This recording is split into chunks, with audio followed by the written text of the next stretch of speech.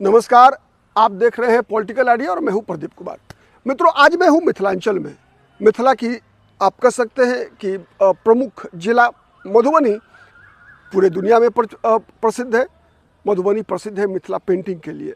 Mithila painting का केंद्र है और उसी जितवारपुर जो राठी मंगरौनी पिलखवार जो माना जाता है कि मिथिला पेंटिंग का केंद्र है, उससे मैं लगभग 15 से 20 किलोमीटर की दूरी पर बेनीपट्टी मैं हूँ, जहाँ से मैं अभी आपसे एक विशेष मुद्दे पर विश्लेषण आपके समक्ष रखने वाला हूँ। और वो मुद्दा है पलायन का। पलायन वैसे तो बिहार ही मानी जाती है, स्थापित है बिहार पलायन के लिए, लेकिन बिहार में भी अगर सबसे पिछड़ा हुआ क्षेत्र अभी वर्तमान में अगर कोई है तो वो मिथिला है। एक ज़माने में मिथिला की पहचान इसकी विद्वता के कारण हुआ करती थी। मिथिला का इतिहास गार्गी, याज्ञवल्क्य, मैत्रेयी नामक या केवल विद्वान ही नहीं बल्कि विदुषियों से भी होता रहा है। महाराज जनक की धरती, माता सीता की धरती मिथिला को न जाने किसकी नज़र लगी, जो एक साथ यहाँ जितने भी ज्ञान के केंद्र थे वो सब विलुप्त होते गए। न केवल ज्ञान के केंद्र विलुप्त हुए बल्कि रोजगार के भी जितने साधन थे वो साधन प्रायः कह सकते हैं आप कि समाप्त हो गई। परिणाम क्या हुआ कि मिथिला में अब केवल और केवल महिलाएं और बुजुर्ग ही बचेंगे। युवा, उसमें भी वो युवा जो किसी भी समाज की शक्ति हो सकती है, जिसके अंदर, जिसे हम कहते हैं ना कि मेधा, मेरिट के लिए मिथिला में कोई जगह बची ही नहीं। रोजगार के लिए कोई जगह बची ही नहीं। शिक्षा प्राप्त करने के लिए मिथिला में कोई जगह बची ही नहीं। मिथिला के लोग वे वैसे अभागे लोग हैं जो केवल गर्व कर सकते हैं कि हमारा जन्म उस धरती पे हुआ है जहां माँ जानकी का जन्म हुआ था।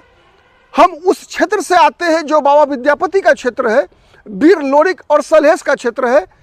अगर राजनेताओं में बात करें तो कर्पूरी ठाकुर का क्षेत्र है, ललित नारायण मिश्रा का क्षेत्र है, किराई मुसहर का क्षेत्र है। देश के पहले दलित मुख्यमंत्री भोला पासवान शास्त्री का क्षेत्र है मिथिला। लेकिन आज ऐसी राजनीति ने इस क्षेत्र को घेरा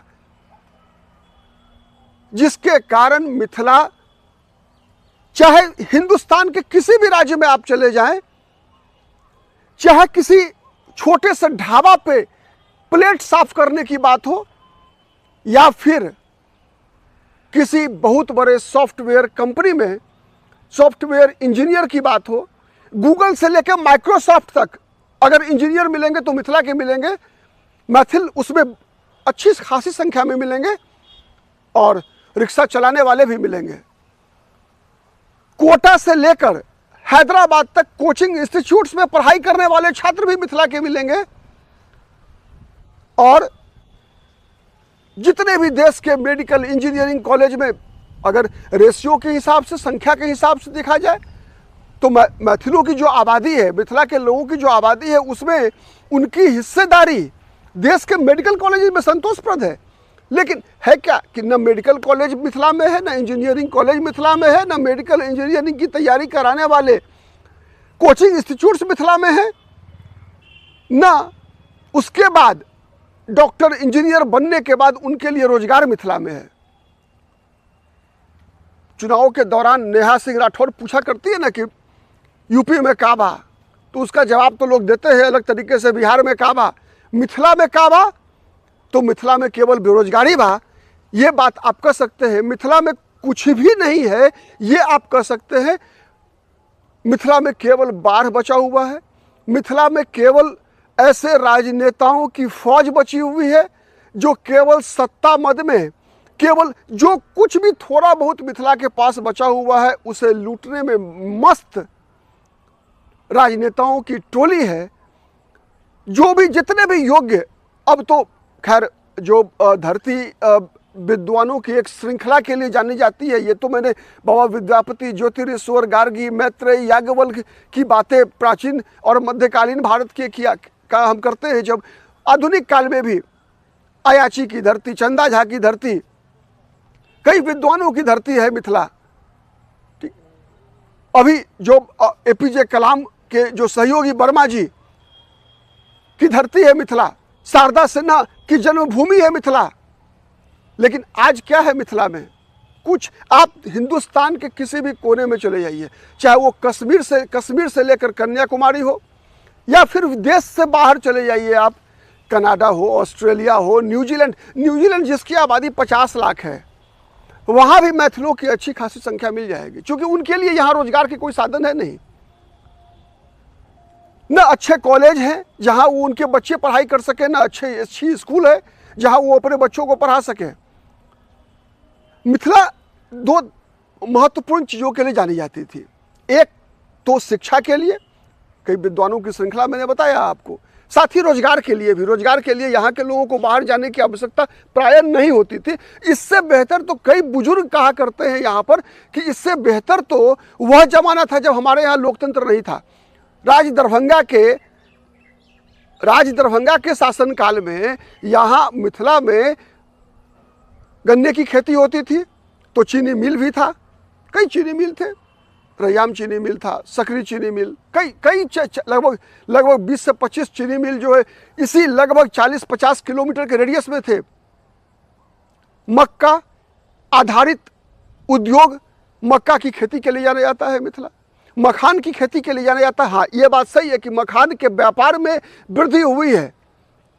जब से वर्तमान सरकार ने जीआई टैग मखाना को मिला है, तब से यहाँ के मखाना के व्यवसाय में वृद्धि हुई है। मखाना की खेती करने वाले किसानों की आर्थिक स्थिति सुधरी है। मिथिला पेंटिंग का विस्तार हुआ है इस सरकार के शासनकाल में, इस बात में कहीं कोई दो मत नहीं है। लेकिन जहाँ पर दर्जनों की संख्या में चीनी मिल, जूट मिल, पेपर मिल, मैं इन सभी मिलों की स्थापना कब हुई थी? जब देश गुलाम था, जब इस क्षेत्र पर राज दरभंगा का तिरहुत नरेश का शासन हुआ करता था, महाराजा कामेश्वर सिंह और उनके पूर्वजों का शासन हुआ करता था, लक्ष्मेश्वर सिंह शासन किया करते थे। उस जमाने में मिथिला अधिक समृद्ध थी। आज़ादी के बाद तो यहाँ के नेताओं ने केवल लूट ही मचाई। यहाँ पर जितनी भी चीनी मिलें थी, अधिकतर चीनी मिल से लेकर जूट मिल, पेपर मिल, सब के सब बंद हो गए। बंद किसने करवाया? न कोई भी मिल प्राकृतिक आपदा में बंद नहीं हुआ, हर मिलें बंद हुई केवल क्षुद्र राजनीति में और सरकार और सार्वजनिक संपत्ति को लूटना, जो राजनेताओं ने अपना जन्मसिद्ध अधिकार मान लिया, उसी चक्कर में बर्बाद हुआ। आपको पता होगा, एक और चीज़ विशेष रूप से मैं बताने का प्रयास कर रहा हूं कि आज विशेष रूप से जो बिहार के लोग बाहर हैं वो समझ सकते हैं उनका दर्द क्या है। उनका दर्द शायद समझने के लिए शब्द कम पड़ेंगे। आप किसी भी गांव में चले जाइए मिथिला में, युवा घर पे नहीं मिलेगा। किसी न किसी मकसद से वो गांव छोड़कर बाहर है। गांव में केवल वही लोग मिलेंगे जो अनुत्पादक हैं, या फिर किस्मत उनकी अच्छी होगी जिनको कि सरकारी नौकरी अपने घर के आसपास मिल गया होगा, या फिर कोई व्यवसाय में किसी कारण कैसे भी परिस्थिति में करने को बाध्य होंगे। जहां तक युवा आबादी का सवाल है, जहां तक सक्षम आबादी का सवाल है, युवा से भी अधिक सक्षम आबादी। देखिए, होता क्या है कि समाज को आगे ले जाने के लिए जो समूह जिम्मेवार होता है, वो समूह, जैसे अगर भारत की बात अगर मैं करूं, अगर उदाहरण के लिए समझाने का प्रयास कर रहा हूं मैं, सुनीता विलियम्स भारत गर्व करता है कि वो भारत की बेटी है। लेकिन क्या सुनीता विलियम्स जिस लेवल पे पहुंची, क्या उसमें भारत का योगदान है? नहीं है। हम झूठा गर्व कर सकते हैं सुनीता विलियम्स पे। सुनीता विलियम्स पर हमें सच्चा गर्व तब होता जब सुनीता विलियम्स भारत के इसरो के लिए काम कर रही होती बनस्पत नासा के लिए काम करने के, तो भारत ज़्यादा गर्व महसूस कर रहा होता। क्या ऐसा हुआ? नहीं हुआ। मिथिला भी गर्व कर रहा होता आज हजारों की संख्या में देश के अंदर और देश के बाहर भी मैथिल अलग अलग सॉफ्टवेयर कंपनियों में कंप्यूटर इंजीनियरिंग के प्रोफेशन में अच्छी पोजीशंस पे हैं, करोड़ों का पैकेज है उनका, लेकिन वो पैकेज, वो उनकी क्षमता मिथिला के किसी काम नहीं आ रही है। जो भी जिन मैथिल के पास भी थोड़ा सा भी इन्वेस्ट करने की क्षमता है, पैसों का कुछ उद्योग धंधा स्थापित करने की क्षमता है, वो मिथिला के बाहर करने को विवश है, मिथिला में नहीं कर सकते।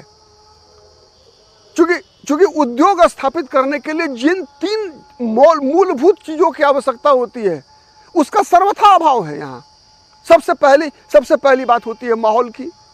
उद्योग के लिए माहौल नहीं है, कानून व्यवस्था नहीं है, रिसोर्सेज नहीं है। आज भी इस इलाके में 24 आवर्स इलेक्ट्रिसिटी नहीं है। अगर है भी तो वोल्टेज की समस्या इतनी ज़्यादा है कि कोई भी 440 वोल्ट का मोटर जो है लगातार 10-8 घंटा काम नहीं कर सकता। उसे सपोर्ट में जनरेटर रखना ही होगा, और जनरेटर के सहारे कोई भी उद्योग आगे नहीं बढ़ सकती। तो कई समस्याएं हैं, जिन समस्याओं से मिथिला प्रतिदिन 2-4 होता है।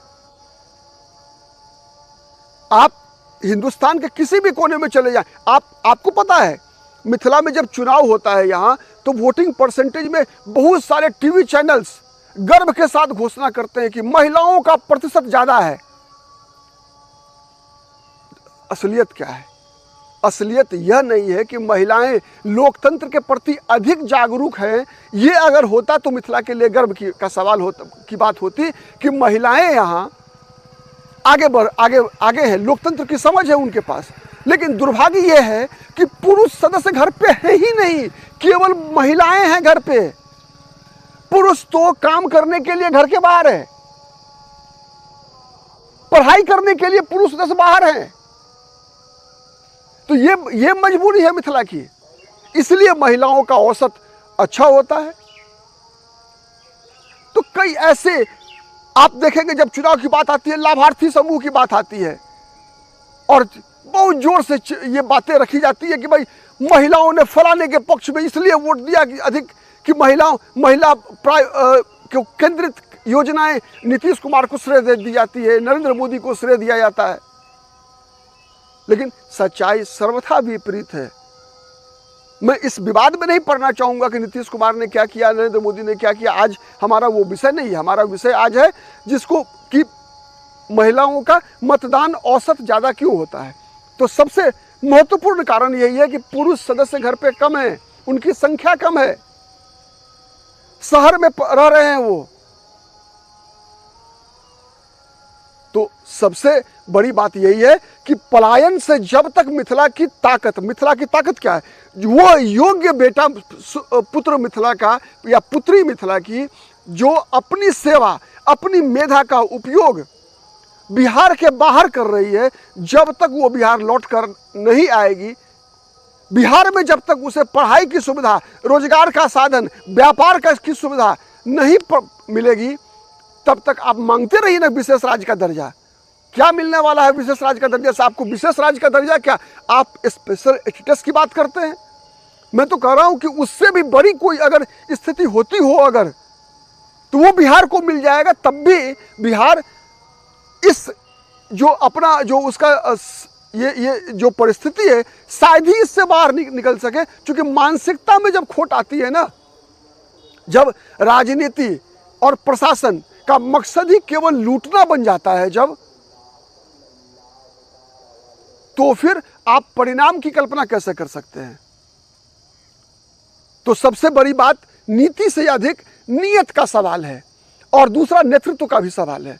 मिथिला वो अभागा, इस मामले में भी अभागा है अभी कि मिथिला में कोई ऐसा व्यक्ति, ऐसा नेतृत्व मिथिला में उभर कर नहीं आ रहा है जिसको ये कहा जा सके कि इस व्यक्ति से थोड़ी सी आशा है मिथिला को, जो आने वाले दिनों में मिथिला को आगे लेकर जाएगा। लेकिन मैं ये बात क्यों कह रहा हूँ?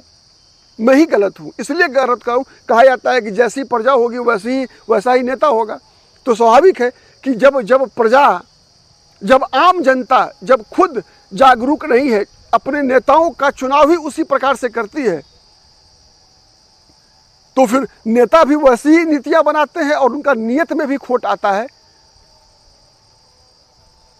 तो आने वाले दिनों में उम्मीद तो नहीं है, लेकिन सच्चाई यही है कि आज वह क्षेत्र, जिस क्षेत्र में कई उद्योग धंधे हुआ करते थे, यह क्षेत्र शुगर मिल के लिए विख्यात था, जूट मिल के लिए विख्यात था, पेपर मिल के लिए विख्यात था। दरभंगा, मैं बताऊं, मिथिला बगल में ही, मधुबनी के बगल में दरभंगा जिला, बिहार का पहला जिला था दरभंगा, जहां पर कि दो विश्वविद्यालय के मुख्यालय हुआ करते थे। पूरे उत्तर भारत में दूसरा अगर संस्कृत विश्वविद्यालय काशी के बाद अगर कहीं खुला तो वह दरभंगा में खुला। और आज ये मिथिला अपनी दुर्भाग्य पे आंसू बहा रही है। छोटी सी बात में उदाहरण के लिए, बरसों से मिथिला की मांग है कि भाई राम मंदिर के तर्ज पर सीता जन्मभूमि जो पुनौरा धाम में है, वहां भी जानकी मंदिर का विस्तार हो, जिससे कम से कम कुटीर, वहां मंदिर ओरिएंटेड कुछ उद्योग धंधों का विस्तार हो सके, पर्यटन वहां विकसित हो सके। आपको पता है उत्तर प्रदेश में कई शक्तिपीठ हैं जहां पर कि लाखों की संख्या में लोग जाते हैं, पर्यटक जाते हैं। यहां भी मैं जहां पर खड़ा हूं, बगल में एक शक्तिपीठ है, उच्चैठ दुर्गा स्थान। आप थोड़ा तुलना कर लीजिए। आप विंध्याचल में विंध्यवासिनी, माता विंध्यवासिनी का मंदिर है, और यहाँ उच्चैठ में दुर्गा भगवती का मंदिर है। दोनों में इंफ्रास्ट्रक्चर में तुलना कर लीजिए, आपको अंतर दिख जाएगा, समझ में आ जाएगा कि मिथिला क्यों शापित है। आज के लिए इतना ही। बहुत बहुत धन्यवाद। नमस्कार। जय हिंद, जय भारत।